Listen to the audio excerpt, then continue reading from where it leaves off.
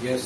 Munang salamat sa itong Ginoo, buot gyud siya nga ang iyang pangasaunon mahimo sad nga matarong mga igsoon. Amen. Dili siya mo balik no nga para lang sa unrighteous nga mga balaan.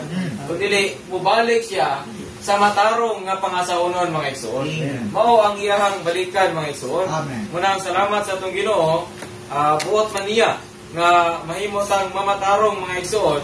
Munang kini nga pagpamulong iya gyud gipadayag alang ato mga igsoon. Nasayod ta nga napata karon sa panahon sa grasya. Kanunay patang ginatransforma mga igsoon.